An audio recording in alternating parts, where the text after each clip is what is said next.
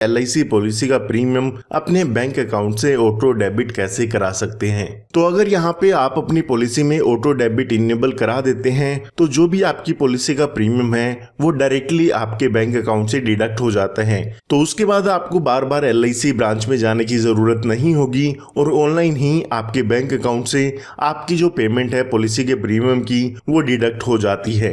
ये जो auto debit की सुविधा है उसको LIC में नेच रजिस्ट्रेशन कहा जाता है। तो अगर आपकी पॉलिसी में नेच रजिस्टर्ड है तो आपके डायरेक्टली बैंक अकाउंट से ही पॉलिसी का प्रीमियम डिडक्ट हो जाएगा। तो आइए जान लेते हैं कैसे इस प्रोसेस को आप ऑनलाइन ही कर पाएंगे। तो यहाँ पर नेच रजिस्ट्रेशन जो प्रोसेस है वो आप ऑनलाइन भी कर सकते हैं और ऑफलाइन भी कर सकते हैं। ये जो ऑफलाइन नेच रजिस्ट्रेशन प्रोसेस थी उसमें काफी तरह की दिक्कतें आ जाती थी। जैसे कि आप फिजिकल फॉर्म एक जमा करते थे तो कई बार ऐसा होता था कि बैंक की तरफ से उसको रिजेक्ट कर दिया जाता था और जो भी आपका रजिस्ट्रेशन प्रोसेस है वो कंप्लीट नहीं होता था। तो उसमें जो है काफी टाइम आपका कंज्यूम हो जाता था और साथ ही साथ आपकी प्रोसेस भी कंप्लीट तरीके से नहीं हो पाती थी। तो LIC की तरफ से अब 8 फरवरी 2022 को ई नेच रजिस्ट्रेशन की सुविधा आ चुकी है। तो अब आप ऑनलाइन ही ई नेच प्रोसेस कर पाएंगे। तो यहाँ पर नेच रजिस्ट्रेशन करने के लिए आपको सबसे पहले LIC की ऑफिशियल वेबसाइट ओपन कर लेनी है जो कि है licindia.in। उसके बाद यहाँ पर कुछ इस तरह का इंटरफेस आपको देखने को मिल जाएगा। यहाँ पर आपको एक ऑप्शन मिलेगा अदर ऑनलाइन सर्विसेज का, इस पर आपको क्लिक करना होगा। ये करने के बाद यहाँ पर आपके पास एक ऑप्शन अवेलेबल है ऑनलाइन ई नेच, तो इस पर आपको क्लिक करना है। जैसे ही यहाँ पर आप क्लिक करेंगे तो उसके बाद आपको अपना policy number, instalment premium, date of birth और ये कैप्चा कोड एंटर करना होगा। यहाँ पर आपको एक बात याद रखनी है कि जो भी आपका इंस्टॉलमेंट प्रीमियम होगा वो आपको विदाउट टैक्स यहाँ पर एंटर करना है। अगर आप ये प्रीमियम जानना चाहते हैं तो आपको पॉलिसी के बॉन्ड या आपकी कोई भी पॉलिसी के प्रीमियम की रिसिप्ट पर ये अमाउंट देखने को मिल जाएगा। तो अभी के लिए मैं ये डिटेल्स एंटर कर देता हूँ।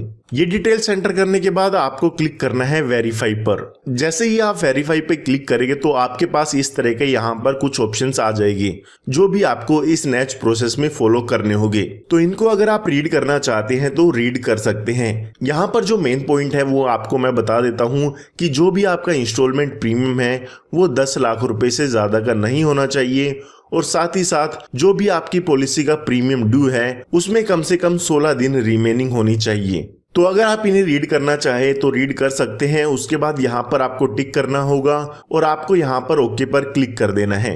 जैसे ही आप ओके पे क्लिक करेंगे तो जो भी आपने डिटेल्स एंटर की थी पॉलिसी से रिलेटेड वो यहाँ पर आपको देखने को मिल जाएगी। उसके बाद यहाँ पर आपको ईमेल आईडी आपकी एंटर करनी होगी। उसके बाद यहाँ पर जो भी आपका मोबाइल नंबर है वो एंटर करना है और जो भी आपके बैंक का IFSC कोड है वो आपको यहाँ पर एंटर कर देना है। उसके बाद यहाँ पर आपको अपना अकाउंट टाइप सेलेक्ट करना है कि आपका सेविंग अकाउंट है या करंट अकाउंट है। तो हमने यहाँ से सेविंग अकाउंट सेलेक्ट कर दिया है। उसके बाद जो भी आपका बैंक में नाम है वो नाम आपको यहाँ पर एंटर करना है। ये नाम एंटर करने के बाद आपका जो भी बैंक अकाउंट नंबर है वो यहाँ पर एंटर करना है और उसे फिर से कंफर्म कर देना है। तो आइए मैं ये सभी डिटेल्स एंटर कर देता हूँ। ये डिटेल्स एंटर करने के बाद आपको सेंड OTP पर क्लिक करना होगा। उसके बाद जो भी आपने ईमेल आईडी एंटर की है और जो भी मोबाइल नंबर एंटर किया है उस पर आपको एक OTP देखने को मिल जाएगा। तो वो OTP यहाँ पर आपको एंटर करके प्रोसीड पर क्लिक करना है। जैसे ही यहाँ पर आप प्रोसीड पर क्लिक कर देंगे तो उसके बाद आपको फिर से आपकी डिटेल्स देखने को मिल जाएगी। अगर आप इनको वेरीफाई करना चाहते हैं तो यहाँ से वेरीफाई कर सकते हैं। उसके बाद यहाँ पर जो भी आपकी बैंक डिटेल्स हैं वो फिर से आपको यहाँ पर एंटर करनी होगी। यहाँ पर जो भी आपका बैंक अकाउंट नंबर है वो एंटर करना होगा और साथ ही साथ उसे फिर से कंफर्म करना है। उसके बाद यहाँ पर बैंक IFSC कोड ऑटोमेटिक आ जाएगा। यहाँ पर उसके बाद आपको 2 ऑप्शन देखने को मिलेगी, वेरिफिकेशन एट बैंक यूजिंग, यानी कि जो भी आपने बैंक अकाउंट डिटेल्स एंटर की है उनको आप किस तरीके से वेरीफाई करना चाहोगे। या तो आप इसे डेबिट कार्ड से कर सकते हैं या नेट बैंकिंग से इसे वेरीफाई कर सकते हैं। तो अभी के लिए हम नेट बैंकिंग का ऑप्शन यहाँ से सेलेक्ट कर लेते हैं। उसके बाद आपको क्लिक करना है प्रोसीड पर। जैसे ही आप प्रोसीड पर क्लिक करेंगे तो उसके बाद आपको कंफर्मेशन देखने को मिल जाएगी। यहाँ पर जो भी आपका नाम है, पॉलिसी नंबर है, आपका बैंक है, उनकी डिटेल्स यहाँ पर आपको देखने को मिल जाएगी। यहाँ पर आप देख सकते हैं मैक्सिमम अमाउंट जो भी आपके बैंक अकाउंट से डिडक्ट हो सकता है। तो यहाँ पर जो भी आपका प्रीमियम है और जो भी आपके चार्जेस है वो मैक्सिमम यहाँ पर अमाउंट दिया गया है। मैक्सिमम अमाउंट इतना डिडक्ट हो सकता है, लेकिन यहाँ पर जो भी आपका प्रीमियम का अमाउंट है वो विद जीएसटी ही आपके अकाउंट से डिडक्ट होता है। उसके बाद यहाँ पर आप देख सकते हैं एंड डेट लिखा हुआ है, यानी कि ज्यादा से ज्यादा आपका प्रीमियम 2053 तक ही डिडक्ट हो सकता है। हालांकि जो भी आपकी पॉलिसी टर्म है मैक्सिमम उतने टाइम तक ही यहाँ पर आपका पॉलिसी का प्रीमियम डिडक्ट होगा।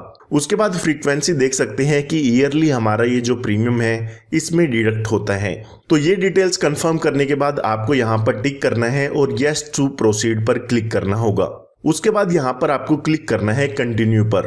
जैसे ही आप कंटिन्यू पर क्लिक करेंगे तो उसके बाद आपको एक नई वेबसाइट देखने को मिल जाएगी। यहाँ पर आपने देखा था हमने नेट बैंकिंग का ऑप्शन सेलेक्ट किया है, तो इस पर क्लिक करके आपको इस बॉक्स के ऑप्शन पर टिक करना है और उसके बाद सबमिट के बटन पर क्लिक कर देना है। उसके बाद जो भी आपकी नेट बैंकिंग है उस पर लॉगिन करके आपको इसकी वेरिफिकेशन करनी होगी। तो आइए मैं यहाँ पर अपनी नेट बैंकिंग को लॉगिन कर देता हूँ। तो यहाँ पर आप देख सकते हैं नेट बैंकिंग की मदद से मैंने इसकी वेरिफिकेशन कर दी है। आपको यहाँ पर अपनी यूजर आईडी और पासवर्ड डाल के नेट बैंकिंग पर लॉगिन करना है और ओटीपी डाल के सबमिट करना है। उसके बाद आपका जो ये नेट का प्रोसेस है वो कंप्लीट हो जाएगा। अगर आपके पास नेट बैंकिंग नहीं है तो ये प्रोसेस आप अपने डेबिट कार्ड के थ्रू भी कर सकते हैं। उसमें आपको अपना डेबिट कार्ड का पिन, डेबिट कार्ड का नंबर और जो भी डेबिट कार्ड की एक्सपायरी डिटेल्स हैं वो यहाँ पर एंटर करनी होती है।